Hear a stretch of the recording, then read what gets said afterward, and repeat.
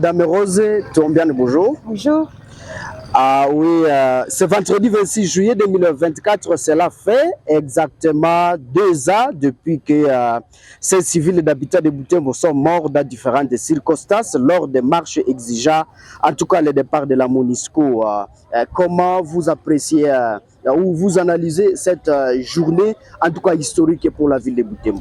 C'est une journée historique qui nous rappelle qu'à Butembo, nous avons aussi des héros auxquels nous pouvons même considérer au niveau national, bien qu'ils restent encore dans l'ombre.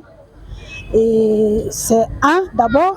De deux, c'est une journée historique qui nous montre que les Nations Unies sont quand même capables de tuer et violer les principes fondamentaux relatifs aux droits humains. Donc la liberté d'expression, liberté de manifestation et bien d'autres.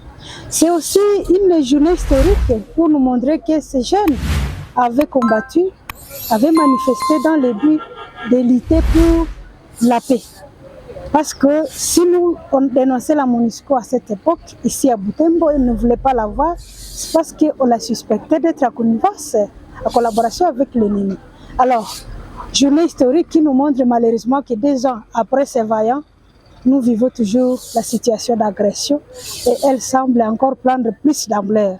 C'est pourquoi nous, comme leurs collègues militants, si je peux appeler ça comme ça, nous avons pensé que c'est une journée qui ne doit pas passer sous silence. C'est une journée où nous devons appeler à l'unité, d'abord à la solidarité nationale, pour dire que l'ennemi est là. Nous devons les vaincre coûte que coûte, nous devons résister.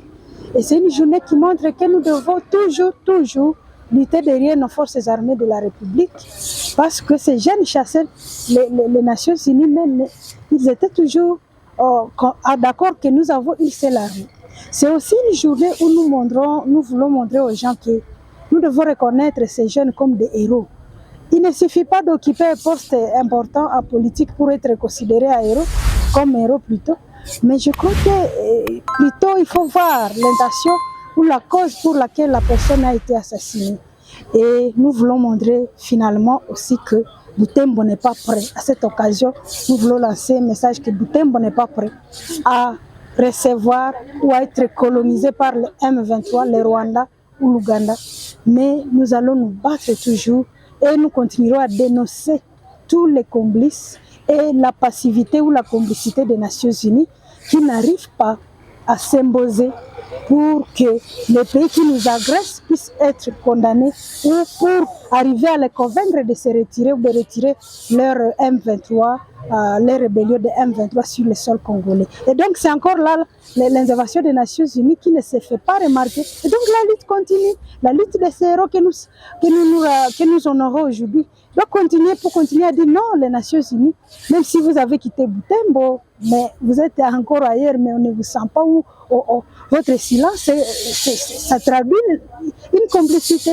Donc, c'est pour cela que nous allons célébrer ces jeunes, ces héros, et nous avons pensé comme chrétiens que nous devons commencer par une messe d'action de grâce. Et voilà, déjà on est à la cathédrale. Après la messe, nous allons nous rendre au cimetière public de Kitatumba où sont enterrés ces jeunes ou ces compatriotes qui ont été tués sur les champs d'honneur, si on peut appeler ça comme ça, parce que si les militaires meurent sur les champs d'honneur, les francs, mais aussi pour nous les militants, les front c'est la rue, notre ligne de front c'est la rue. Ils ont été tués en train de manifester, et donc ils méritent nos honneurs, ils méritent notre considération. Alors Madame Rose, comment ils étaient tués? C'était comment au juste? C'est pour rappeler peut-être à ceux-là qui vous suivent. Nous rappelons que ces jeunes étaient tués dans une manifestation, dans une série de manifestations où la population revendiquait le départ de la MONUSCO. Parce que nous, comme population, comme activistes, on ne sentait pas vraiment la MONUSCO, on la voyait passer, mais aussi certains éléments d'enquête montraient qu'ils étaient en train de collaborer beaucoup plus avec l'ennemi et abandonner la mission lui confiée. Parce que si on devrait, même si on n'a pas l'état de parler de leur mission, surtout le fond de leur mission, ils avaient vraiment échoué, à part le monitoring quand même des droits humains qu'ils savaient élaborer. Donc, ils étaient tués par les casques bleus de la MONUSCO. Ça, on doit souligner. Des casques bleus de la MONUSCO qui ont tué non seulement à Butembo, mais aussi à Kasindi. Et nous honorons toutes ces victimes, des casques bleus, c'est-à-dire les soldats de la paix qui sont arrivés à tirer sur des civils qui manifestent pacifiquement. Donc, c'est comme ça que ces jeunes étaient morts. Et d'autres civils, justement, des autres qui sont décédés des suites des balles perdues. Mais au moins, 13 de ces manifestants étaient tirés par des agents de la MONUSCO, donc les casques bleus. Et au QG, au quartier général des Nations Unies, parce qu'il faut aussi souligner cela. Alors, Madame Rose Tombiane, pour les Congolais, en tout cas qui vous suivent de partout à travers le monde, qu'est-ce que vous pouvez avoir comme message à ces Congolais face en tout cas à la MONUSCO et face à ce que nous traversons ici à l'Est? D'abord, ceux qui sont à la diaspora, ils doivent nous aider à faire des lobbying et des plaidoyers auprès des sièges, au niveau du siège des Nations Unies pour montrer ce qu'a fait la MONUSCO ici chez nous, pour que cela soit aussi condamné, parce que ce ne sont pas les Nations Unies qui vont chaque fois condamner les histoires et ne pas condamner ce qu'elles ont fait. Et les Congolais doivent savoir que la lutte sera longue. Et nous ne devons pas avoir peur de qui que ce soit.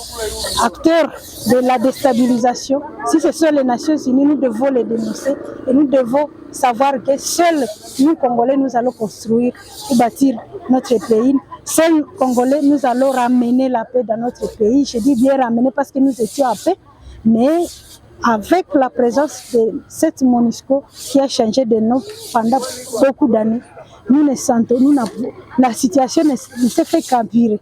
Et donc, nous réitérons notre lutte. Et c'est comme ça que nous devons même honorer ces jeunes pour montrer que nous, on n'est pas d'accord avec la présence de la MONUSCO partout en République démocratique du Congo, parce qu'on ne voit pas réellement leur rôle pour imposer la paix. Nous avons besoin d'imposer la paix et j'en appelle aux Congolais à la solidarité pour que nous puissions savoir que seuls nous, Congolais, nous sommes en mesure d'amener la paix comme population, à dénonçant, à crier haut, à rappeler aux autorités ce qu'ils doivent faire, à soutenir, c'est-à-dire à nous transformer, à nous faisant des supporters, des grands supporters de notre équipe, que nous pouvons appeler équipe ainsi, donc nos forces armées de la République démocratique du Congo, pour qu'ils puissent se battre avec notre soutien, avec nos cris de supporters.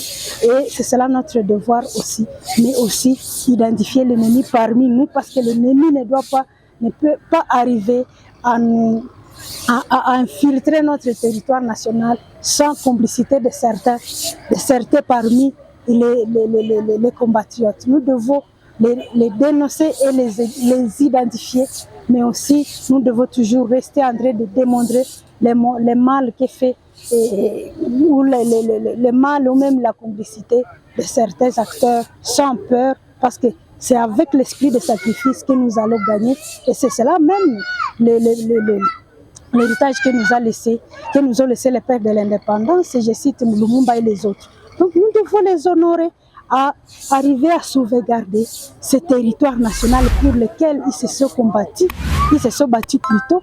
Nous devons arriver à le faire et à nous rassurer qu'aucun centimètre ou millimètre n'est pas parti, et nous devons faire cela pour leur honneur, mais aussi pour l'avenir de nos enfants, après de qui nous devons aussi des comptes en tant que citoyens congolais, mais aussi en tant que fils ou petits-fils qui ont le droit d'hériter le sort de leurs aïeux. Et qu'est-ce que vous pensez à voir la MONUSCO, madame? Bon, je crois que moi, quand je la vois, heureusement, je la vois rarement, hein, mais je crois que le gouvernement doit suivre la voie de la population. Et avec le processus de retrait progressif, nous savons que ça doit normalement, le dernier casque bleu doit partir à décembre, d'ici décembre 2024. Ils doivent respecter la population. Ils ne doivent pas faire des conventions ou des renouvellements de mandats ou de signer des accords sans consulter la population, parce que c'est nous le souverain primaire. Donc, quand je vois la MONUSCO, je me souviens du coup de ce qu'ils ont fait, parce que nous, on est ici, on observe tout. Et toutes les fois que je vois même le véhicule où il est écrit UN, Je me rappelle toujours de ces enfants, de leur corps, de tous les processus, et même de la marche. Et je me sens mal à l'aise, justement. Parce que normalement, ailleurs, quand on voit cette couleur bleue, on voit la paix. Mais chez nous, ils sont arrivés quand même à tirer, à tuer nos jeunes, pourtant qui militaient pour la paix chez eux. En tout cas, Madame Rose Kambutombiane, je rappelle que vous êtes coordonnatrice de la dynamique des femmes pour la bonne gouvernance du FIGU. Sincèrement, nous vous disons merci beaucoup. Merci à Léon Jolé.